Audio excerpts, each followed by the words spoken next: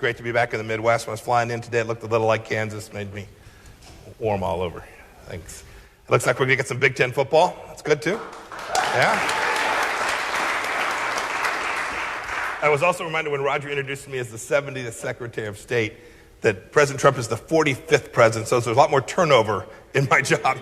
And so I'll do my best to hang on. Thanks for inviting me here, Roger. It took us a little while to put this all together with all that's going on. And thanks to all the distinguished members of Wisconsin State Legislature here, friends from the business community, some of whom I had a chance to spend a few minutes with. Thank you for your commitment to this great country of ours. This venue, my goodness, it's gorgeous. Second prettiest venue after Lambeau Field, right, in Wisconsin? A lot of people were kidding with me before I came here. Indeed, some of the political press in Washington was saying, what the heck's Secretary going to Wisconsin for? I know, it's not a country. I get it.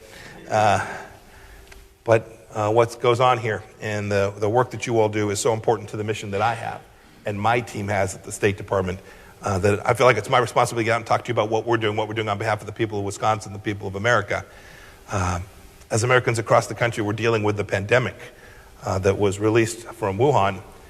They've been worried about their lives, their livelihoods. Senator Roth got an email from Wu Ting, a person who was the consul at China's consul in Chicago. It landed in his email inbox. Ms. Wu stated that she was responsible for China-Wisconsin relations. The email included a draft resolution that she asked the senator to pass in this chamber praising China's response to the coronavirus. I want to just take a second to read a few excerpts. She wrote, whereas China's action has been critical to the global fight against the epidemic, and China has adapted unprecedented and rigorous measures for disease control and prevention, whereas China has been transparent and quick in sharing key information of the virus with the World Health Organization and the international community. Roger, rightfully, thankfully, deleted the email. Thought it was a hoax.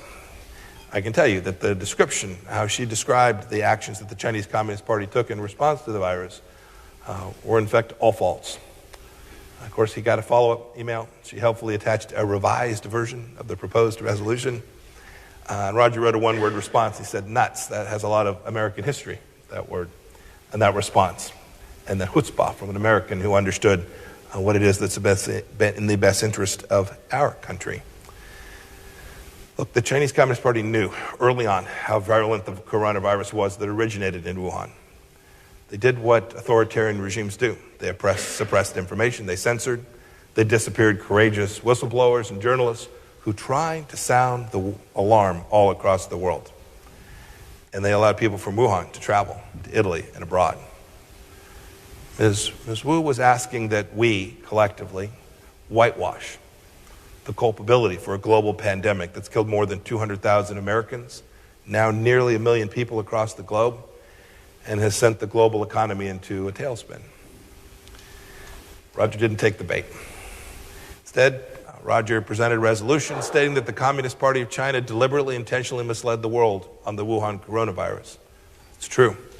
But here's my question, and here's where I want to launch today. How many of you would have seen that and thought something different? Or maybe even worked with her? I'm sure she's a nice person.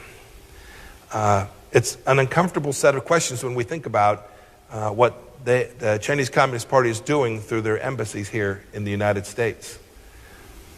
But what happened here in Wisconsin is happening all across the world. It's happening all across the United States. It's happening in state houses all across America. In February of this year, I delivered a set of remarks to the National Governors Association about Chinese Communist Party influence operations right here inside the United States of America. And then subsequently, I organized a group.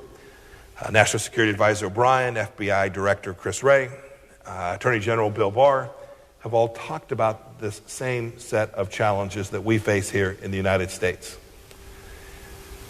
I want to distinguish, importantly, two things. First, look, plenty of countries try to influence our politics and our culture, and there's nothing wrong with that. I'm not worried about the Alliance Francaise or the National Italian American Organization or an Irish group. They're fundamentally different than what the Chinese Communist Party is doing. It has a much more sinister view of this engagement. The party and its proxies aim to make Americans receptive to Beijing's form authoritarianism. Now, I use this language carefully. I talk about the Chinese Communist Party because I have a second distinction I want to draw, which is between that party and the people of China, between the leaders of China and those who want to live in China as free peoples, at peace and prosperity, and take care of their families in the same way that we all do here in the United States. Let me give you another data point on the Chinese Communist Party's aims. In August, General Secretary of the Chinese Communist Party, Xi Jinping, told a group of government economists and sociologists in Beijing, quote, "We must actively develop cooperation with all countries, regions, and enterprises willing to cooperate with us, including states, localities, and enterprises inside the United States." As the Secretary of State and as the former director of the Central Intelligence Agency, let me translate. She knows that the federal government is pushing back against the Chinese Communist Party here in the United States and its malign influence, and it sees that here in the United States and increasingly around the world, it can use subnational entities to circumvent America's sovereignty. He thinks local leaders may well be the weak link. For him, when he uses the word cooperation and opening up, he means that the Chinese Communist Party wants to create arrangements that benefit the Chinese Communist Party. We know this because for decades, the Chinese Communist Party deployed friendly language while stealing from our innovators, property, jobs, wealth from here in the United States. We know that they built their military strength and that they have co-opted elites all around the world. Later, in that same set of remarks, General Secretary Xi said that in fact he explicitly confirms that the purpose of his entreaties, his outreach, is to put China in an undefeatable and invincible position. His words, not mine. The Chinese Communist Party views itself as the true vanguard of Marxist-Leninist thought, which proposes that communist countries like theirs must struggle and prevail against capitalist nations like ours. This isn't the Cold War. This is different in kind, to be sure. I was a young soldier. I patrolled the border between East and West Germany. This is different. It's why we have to have a conversation in our state legislators about this China and this China challenge. And it's important here in Wisconsin as it is in Washington. The good news is that they were starting to have these conversations all around America, and not a moment too soon. President Trump has made clear the expectations he has for our government, our administration, and how we'll respond to this challenge to protect the American people, to create prosperity and grow our economy. But we watch these CCP campaigns targeting state-level officials, local interests. We've seen them at PTA meetings. They've been in full swing for years, and they're increasing in intensity. Much of that activity revolves around pressing state governments not to recognize, trade with, or otherwise engage with Taiwan. But that's not all. I'll give another example, and I could give many. In 2017, a California state senator proposed a bill merely expressing support for the Falun Gong practitioners in America and in China. It was oratory. It was a rhetorical resolution. These people that he was speaking to have suffered as tremendously under the Chinese Communist Party's crackdowns on religious freedom as any others. The Chinese consulate, that is, Chinese diplomats, in San Francisco responded by writing a letter to the state legislature. It denounced the Falun Gong as an evil cult and claimed that the bill might deeply damage the cooperative relations between the state of California and China and seriously hurt the feeling of Chinese people in the vast Chinese community inside of California. Unfortunately, the California State Senate bowed to the CCP pressure and shelved the proposed bill.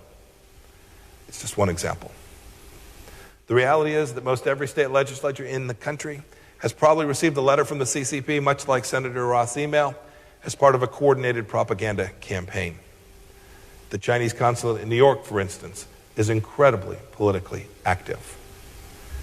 Then there's the next level down. CCP influence and espionage campaigns at the municipal and city levels.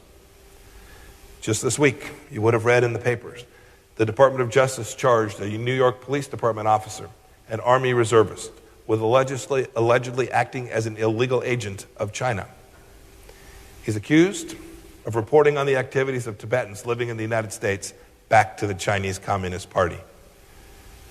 How telling. He even provided CCP officials with access to senior-level NYPD personnel through invitations to official events. Sound familiar to anyone? He told his handler that officials in Beijing, quote, should be happy because you've stretched your reach into the police, end of quote. And we see it all over. We see it all over in America's sister city programs like the ones in Door County, La Crosse, Milwaukee, and Richland Center. They fall under the authority of something called the Chinese People's Association of Friendship with Foreign Countries. Sounds benign. But that group is part of China's United Front Work Department, the CCP's official overseas propaganda tool. It's one of the CCP's 3 magic weapons, in the words of Chairman Mao, along with armed struggle and party building. In other words, it may have friendly in its title, but it is not so when it comes to American interests. Look, the federal government can't police every bit of this predatory and coercive behavior. We need your help. And the beauty of our federal system is that we don't have to. You all can take up this mantle. Protecting American interests requires vigilance. Vigilance that starts with you and all state legislators, regardless of party. Know that when you're approached by a Chinese diplomat, it is likely not in the spirit of cooperation or friendship. Know that if you're offered a trip to China when the pandemic travel restrictions are lifted, that you should ask who's paying for the trip, and if that person is linked, directly or indirectly, to the Chinese Communist Party. Know, too, that these approaches may happen from Chinese national or Americans working with CCP-linked interests. When you're in your districts, make sure other local officials know of these risks as well. And there's a lot you can do. There's a lot you can do in this very chamber. You can pass laws to codify closer cooperation with federal agencies to assist them in the protection of intellectual property and investment screening and counter-infiltration operations. You can ignore CCP threats and encourage mayors and business people to engage more broadly around the world. And as I told the nation's governors, you can scrutinize your state pension funds. As of its last report, the Wisconsin retirement system is invested in China Mobile and China Telecom. Both are state-owned giants, and they're an integral part of Chinese Orwellian surveillance system. Do you want your teachers, your firefighters, your policemen invested in those kinds of activities? You can also work to ensure your state colleges aren't improperly influenced by CCP-linked organizations like the Confucius Institutes, and that pro-democracy students from China, Hong Kong, or Taiwan studying in Wisconsin are not harassed. We want them here. Make sure they're not being threatened by pro-Beijing elements on your campuses. Telling the truth about China isn't remotely partisan. It's principled, and it protects our people. Remember Ms. Wu at the consulate? Well, on April 2nd of this year, she forwarded a letter from her husband to the Consul General in Chicago, to the district director of a great Wisconsin congressman named Mike Gallagher. The letter is full of CCP propaganda and disinformation about the pandemic, just like the one that was sent to Senator Roth. But what caught my eye in this missive was her declaration. She said, "We are firmly opposed to racial discrimination and xenophobia against the local Chinese community and stigmatization of China and the Chinese people over this virus." They try to shape the storyline. They want you to believe that America's righteous anger at the CCP over its handling of the coronavirus has something to do with race. It does not. It has everything to do with citizens who are no longer with us, children who aren't able to go back to school, and jobs that have been lost. And importantly, the Chinese Communist Party knows this. The CCP thinks it can drown out American cries for accountability with shouts of racism. We won't let that happen. We can't. The CCP wants to foment the kind of strife we've seen in Minneapolis and Portland and Kenosha. That's disgusting. We can't let it happen. I'm confident it won't. I'm always an optimist about America. There's a reason that we remain the greatest nation in the history of civilization. because Beijing's best laid plans are no match for American determination. The Trump administration rejects the idea that Beijing is destined for hegemony. No top-down, totalitarian regime can ever best the ingenuity, will, power of the American people. We know that our system is more attractive to others. I see it wherever I go. People want to be connected to the United States of America. They want to join with us freely because they know that we too stand for freedom alongside them. And we're not going to allow the CCP to interfere in our domestic politics either. We put restriction on Chinese diplomats that mirror the ones American diplomats are subject to inside of China. It's remarkable. For years, our diplomats couldn't move around in Beijing, couldn't meet with local officials, while Chinese diplomats ran free all across our country. Fairness, reciprocity, equality, that's how diplomats will be treated in the Trump administration. We want to confirm American business is successful above all because of its moral standards. We've warned our businesses and universities to make sure that they aren't unwittingly supporting the mass human rights abuses happening in Xinjiang province right now, even as we're here together today. Right now, the FBI opens a China-related intellectual property theft case about once every 10 hours. It's staggering. We, the State Department, just revoked visas for about 1,000 Chinese nationals suspected of raiding our intellectual property on university campuses all across America. We want to make sure we protect our children from the CCP's malign influence. We formally designated the Confucius Institute's U.S. headquarters as a foreign mission and encouraged universities to shutter the doors on these programs quickly.